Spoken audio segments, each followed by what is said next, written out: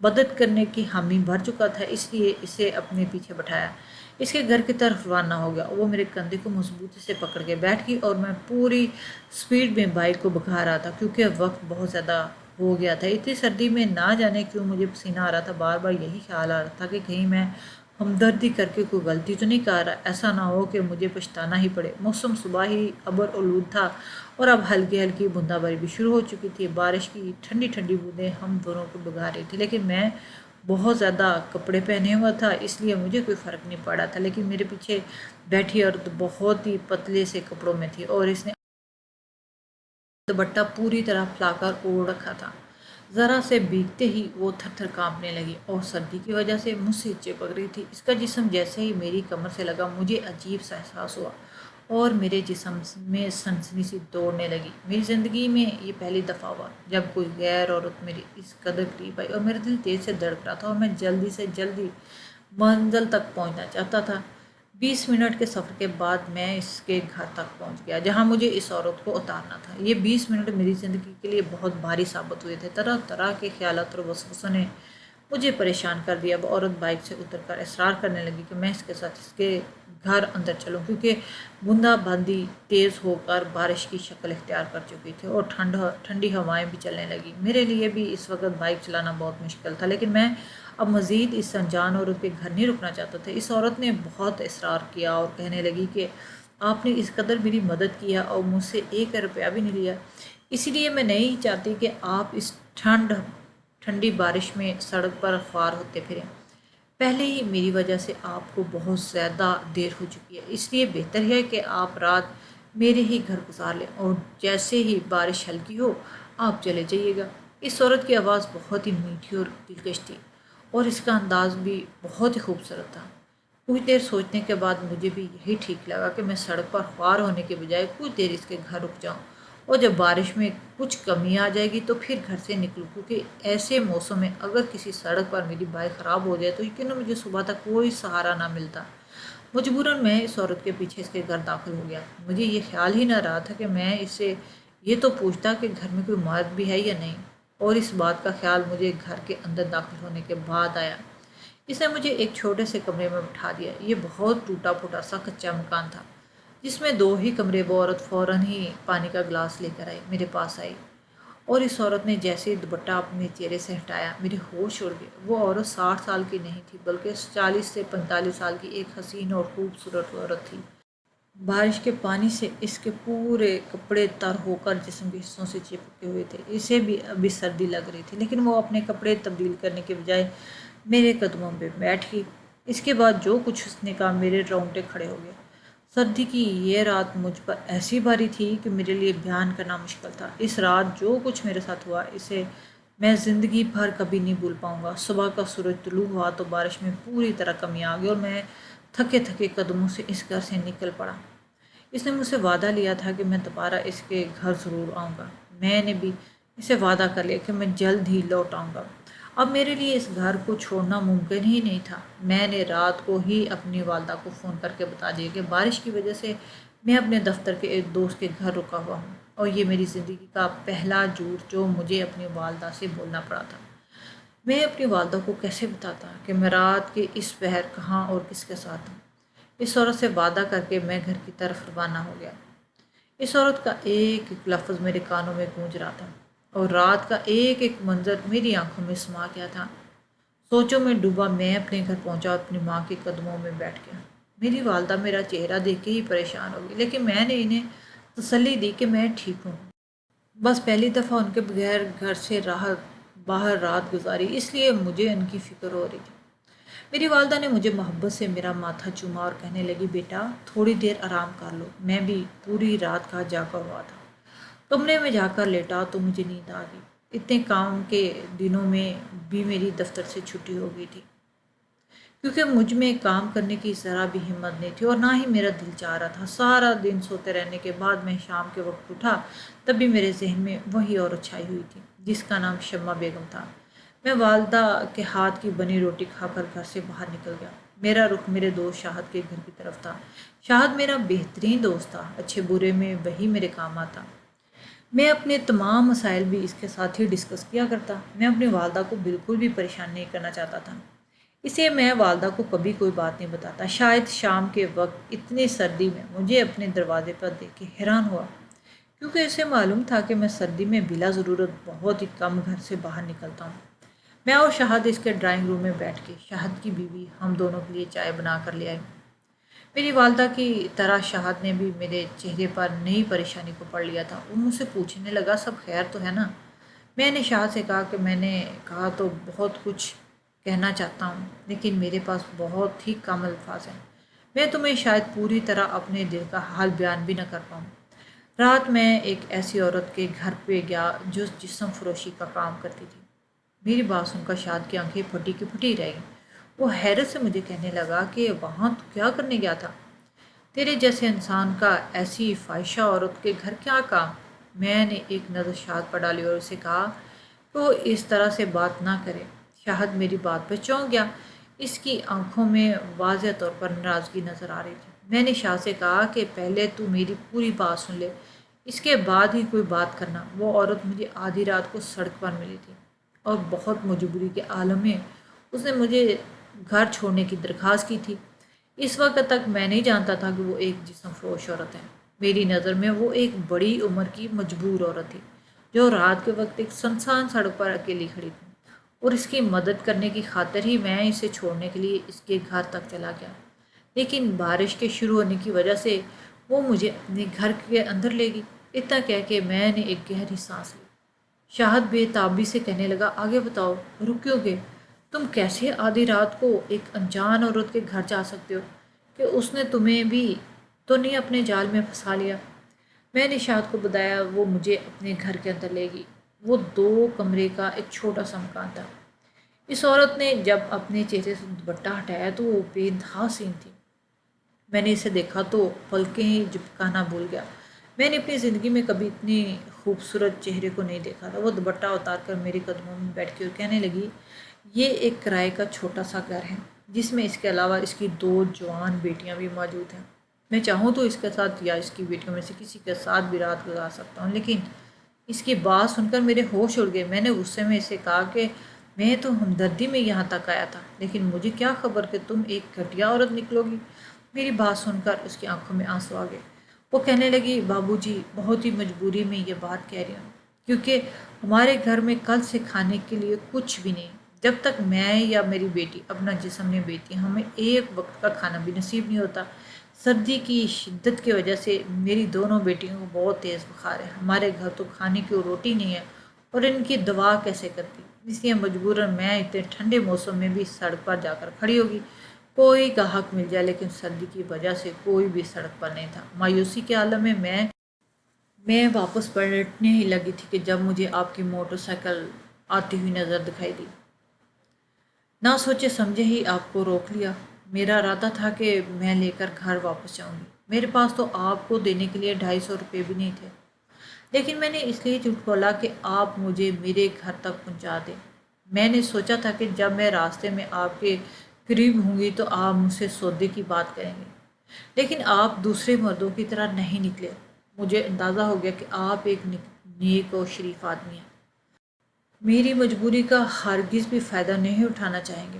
اسی لیے بارش کی وجہ سے میں نے آپ کو اپنے گھر آنے کی دعوت دی، لیکن یہ میری مجبوری ہے کہ میں آپ کی شرافت کے بارے میں جانتے ہوئے بھی آپ کو غلط کام کرنے کے لیے کہہ رہی ہوں۔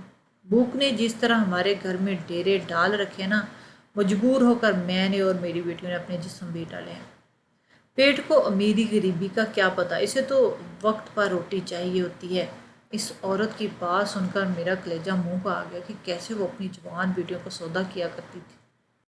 میں نے غصے میں اس عورت سے کہا کہ تم یا تمہاری بیٹیاں کوئی کام دھندہ کیوں نہیں کرتی؟ اس طرح اپنی عزت بیچ کر گھر چلانے کا کیا مطلب ہے؟ وہ عورت کے تلخی سے ہر چہرے پر یہ میری آنکھوں میں آ کے کہنے لگی کہ صاحب، جب خدا خوبصورتی دیتا ہے تو انسان کے لیے کبھی کبھی بہت زیادہ مصیبت بن جاتی ہے، اور میرا اور میری بیٹیوں کا حال بھی ایسا ہی ہے۔ میری دونوں بیٹیاں 15 سال کی ہیں جب ان کے والد کا انتقال ہو گیا۔ میرا شوہر ایک معمولی سا مزدور تھا اور ہم شروع سے کرائے کے گھر میں رہتے تھے۔ شوہر کے انتقال کے بعد نہ کرائے کے کبھی پیسے بچے اور نہ ہی کھانے کے لیے روٹی۔ اور شوہر کے انتقال کو ہفتہ بھی نہ گزرا تھا کہ مالک مکان ہمارے گھر آیا اور بہت ہی بدتمیزی کرنے لگا۔ اس کا ایک ہی مطالبہ تھا کہ فوراً کرایہ ادا کیا جائے یا پھر گھر خالی کر دیا جائے۔ میری بیٹیوں نے لاکھوں اسے سمجھانے کی کوشش کی لیکن وہ تو کچھ سننے کو راضی ہی نہیں تھا۔ میں اس کے سامنے آ گئی اور اس کے قدموں میں بیٹھ کر رونے لگی۔ اس وقت میری عمر صرف 30 سال تھی۔ میں نے اسے کہا کہ وہ بس ہمیں کچھ مہینے کی مہلت دے دیں۔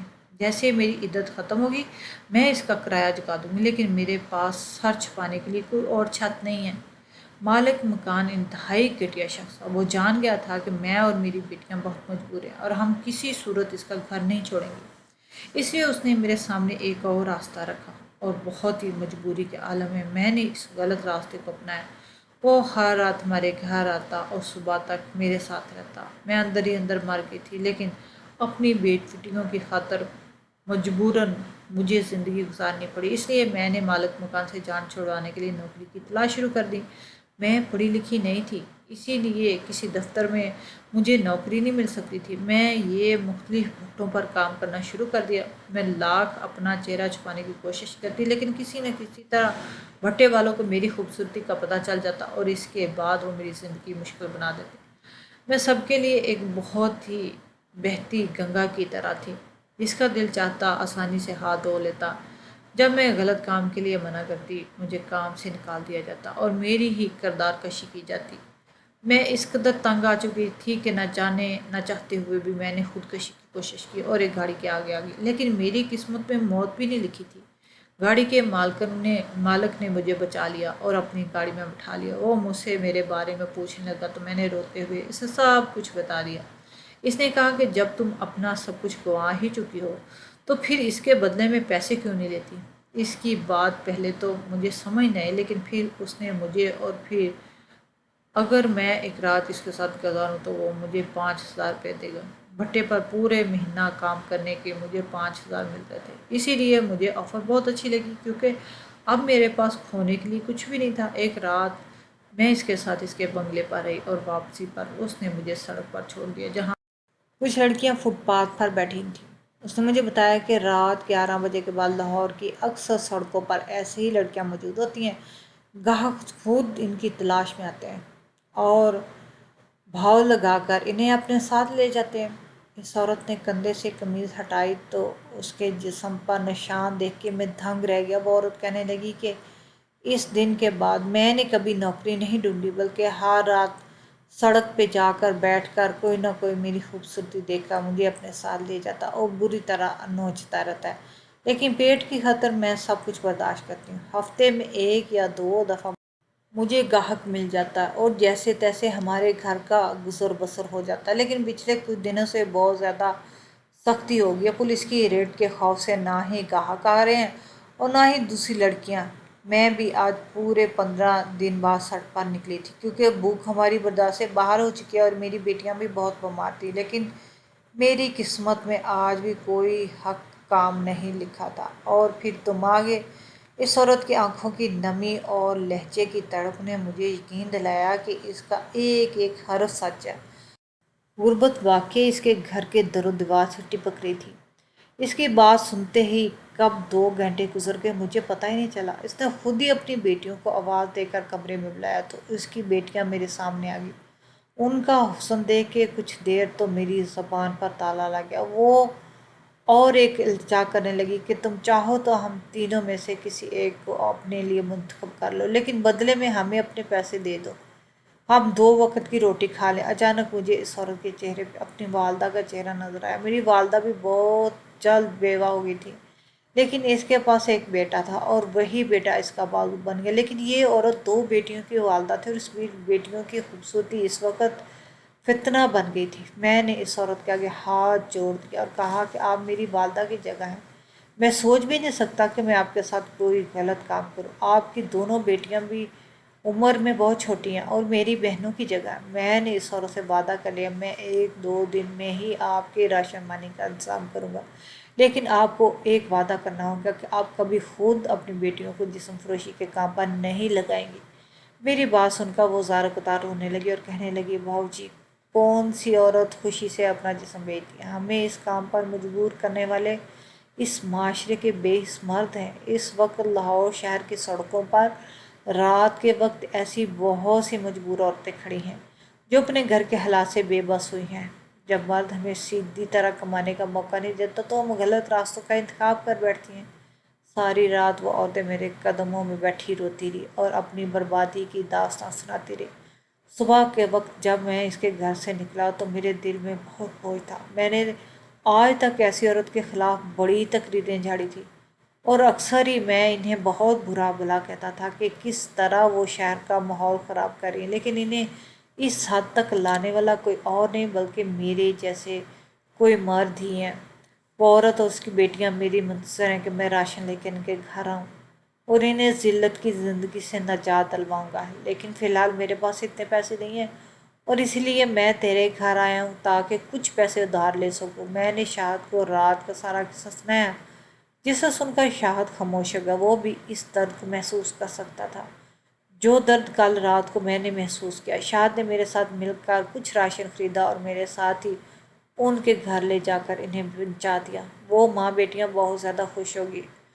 مجھے اور شاہد کو ڈھیروں دعائیں دینے لگی۔ دل میں ایک سکون لیے ہم دونوں واپس پلٹ آئے، لیکن یہ بھی سوچ میرے ذہن میں چل رہی تھی کہ میں نے ابھی اس شہر کے ایک گھر کو بچایا، لیکن نہ جانے شہر میں اور ایسے کتنے گھر ہیں جہاں مائیں بہنیں بیٹیاں اپنے 2 وقت کی روٹی کے لیے اپنی عزت کو لاہور شہر کی سڑکوں پر فروخت کرنے کے لیے آدھی آدھی رات کو نکل آتی ہیں۔